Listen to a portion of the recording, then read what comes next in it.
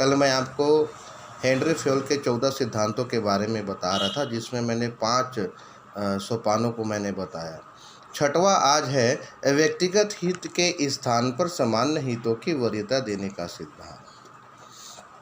Fayol का मत है कि प्रत्येक कर्मचारी को अपने व्यक्तिगत हितों की तुलना में संस्था के सामान्य हितों को प्राथमिकता देनी चाहिए, अर्थात कर्मचारी अपने व्यक्तिगत हित को न देखते हुए संस्था के लक्ष्य की प्राप्ति के लिए हमेशा प्रयासरत रहे। ये हेनरी फ्योल का कहना है, जिसके कारण क्या होगा, पारस्परिक ठहराव न्यायोचित होने चाहिए, अधिकारीगण अपने व्यवहार में दृढ़ता रखें, अच्छे उदाहरण प्रस्तुत करें, सतत निरीक्षण की प्रभावकारी व्यवस्था होनी चाहिए, जिससे क्या होगा, व्यक्तिगत हित के स्थान पर सामान्य हित की वरीयता का सिद्धांत लागू होता है।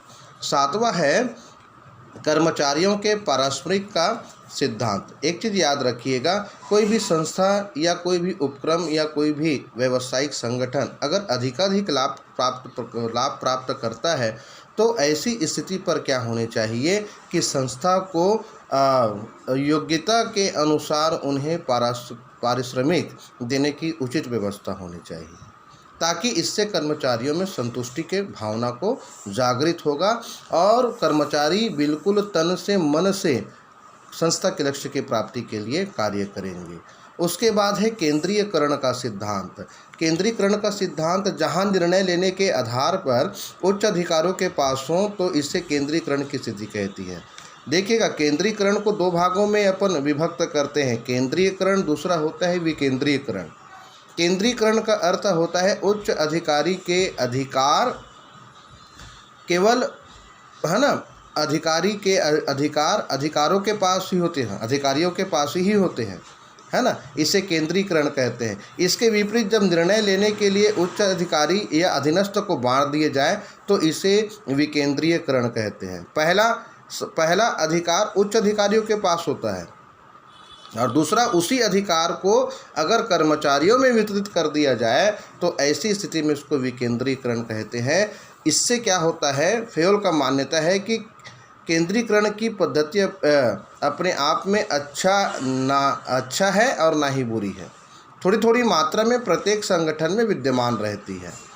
प्रत्येक प्रबंधन को अधिकारियों के केंद्रीकरण तथा विकेंद्रीकरण को एक उचित संतुलन बनाए रखना आवश्यक है। देखिएगा, प्रत्येक व्यक्ति पूरा कार्य नहीं कर सकता, इसलिए अपने अधिकारों का अंतरण करता है, जिसको हम विकेंद्रीकरण कहते हैं।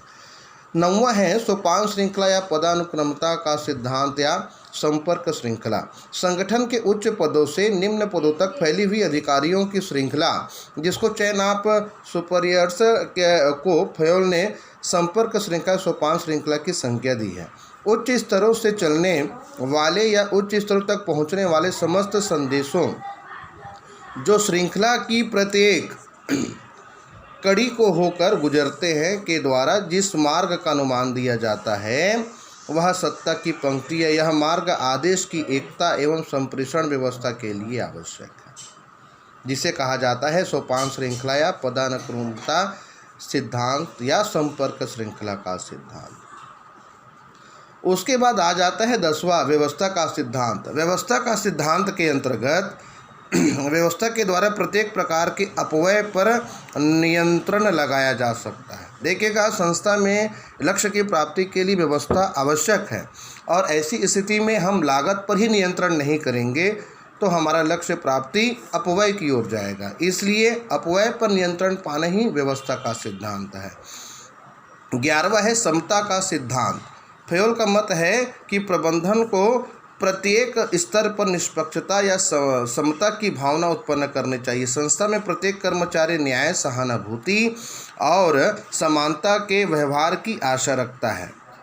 समता में सहानुभूति एवं न्याय का समावेश है। जो कर्मचारी निष्ठापूर्वक, लगनपूर्वक तथा समर्पित भाव से कार्य करते हैं। अर्थात मैं बता दूं, प्रत्येक कर्मचारी अपने संस्था के उच्च अधिकारियों से समानता का व्यवहार चाहता है, चाहे न्याय का दृष्टिकोण हो, चाहे वो सहानुभूति का दृष्टिकोण हो, चाहे निष्ठापूर्वक हो, चाहे लगनपूर्वक हो, ताकि इससे कर्मचारी मनोभाव से पूरी तरह कार्य को परिलक्षित करते हैं।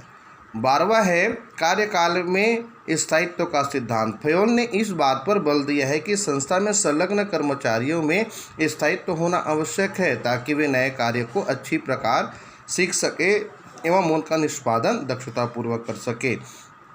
स्थायित्व के में आत्मविश्वास पैदा होता है। देखिए, कर्मचारी की अगर नियुक्ति हुई है, अगर हम कहें अंश मात्र के लिए या छोटे समय के लिए या कम समय के लिए, तो ऐसी स्थिति में कर्मचारियों का जो कार्य के प्रति लगन है वो कम हो जाता है। इसलिए उन्हें स्थायित्व का आधार बनाकर कार्य में आवंटन करना चाहिए। तीसरा है पहल का सिद्धांत। पहल के सिद्धांत के 13वां है पहल का सिद्धांत। पहल के सिद्धांत के अंतर्गत इस बात पर बल दिया जाता है कि कर्मचारी को अपने कार्यों की योजनाओं बनाने तथा उन्हें क्रियान्वित करने की स्वतंत्रता दी जानी चाहिए। इसमें उनमें उत्साह एवं सृजनात्मक दक्षता का विकास होता है। पहल व्यवसाय के लिए ऊर्जा का महत्वपूर्ण स्रोत है एवं कर्मचारियों के लिए संतुष्टि व प्रेरणा का गतिशील साधन है। प्रत्येक उपक्रम में कर्मचारियों के सुझावों को प्राप्त करने तथा उपयुक्त सुझावों को अपनाने की व्यवस्था रहनी चाहिए। ये है पहल का सिद्धांत। उसके बाद आता है आखिरी 14 समूह भावना का सिद्धांत। हम सभी जानते हैं कि संगठन में शक्ति होती है और कोई भी लक्ष्य की प्राप्ति के लिए संगठन में शक्ति का होना, ऊर्जा का होना बहुत ज़रूरी है, जिसको बोला जाता है कर्मचारियों में परस्पर सहयोग की भावना बलवती होती है। इस समूह में जब अनेक कर्मचारी कार्यरत हों तो उनमें मतभेद एवं टकराव होना स्वाभाविक बात है। आपसी फूटों से जहां कर्मचारियों की शक्ति क्षीण होती है वहां संस्था की प्रगति अवरुद्ध होने का डर रहता है। अतः प्रबंधकों को सहयोग एवं समन्वय की भावना जागृत करने पर विशेष ध्यान देना चाहिए। ये है समूह भावना का सिद्धांत। इस प्रकार से हेनरी फ्योल के द्वारा दिए गए 14 सिद्धांतों का मैंने प्रतिपादन किया। आवश्यक नोट्स आप बिल्कुल पॉइंट टू पॉइंट बनाएंगे। दूसरी चीज़ मैंने आपको बताया कि प्रबंध के सिद्धांतों का जन्मदाता हेनरी फ्योल को कहा जाता है। हेनरी फ्योल के जीवन संबंधी परिचय भी दिए गए हैं, बुक पर देख सकते हैं और नोटेशन बिल्कुल तैयार करिएगा। इसके बाद मैं आपको F.W. टेलर के बताए गए सिद्धांतों का वर्णन करूंगा।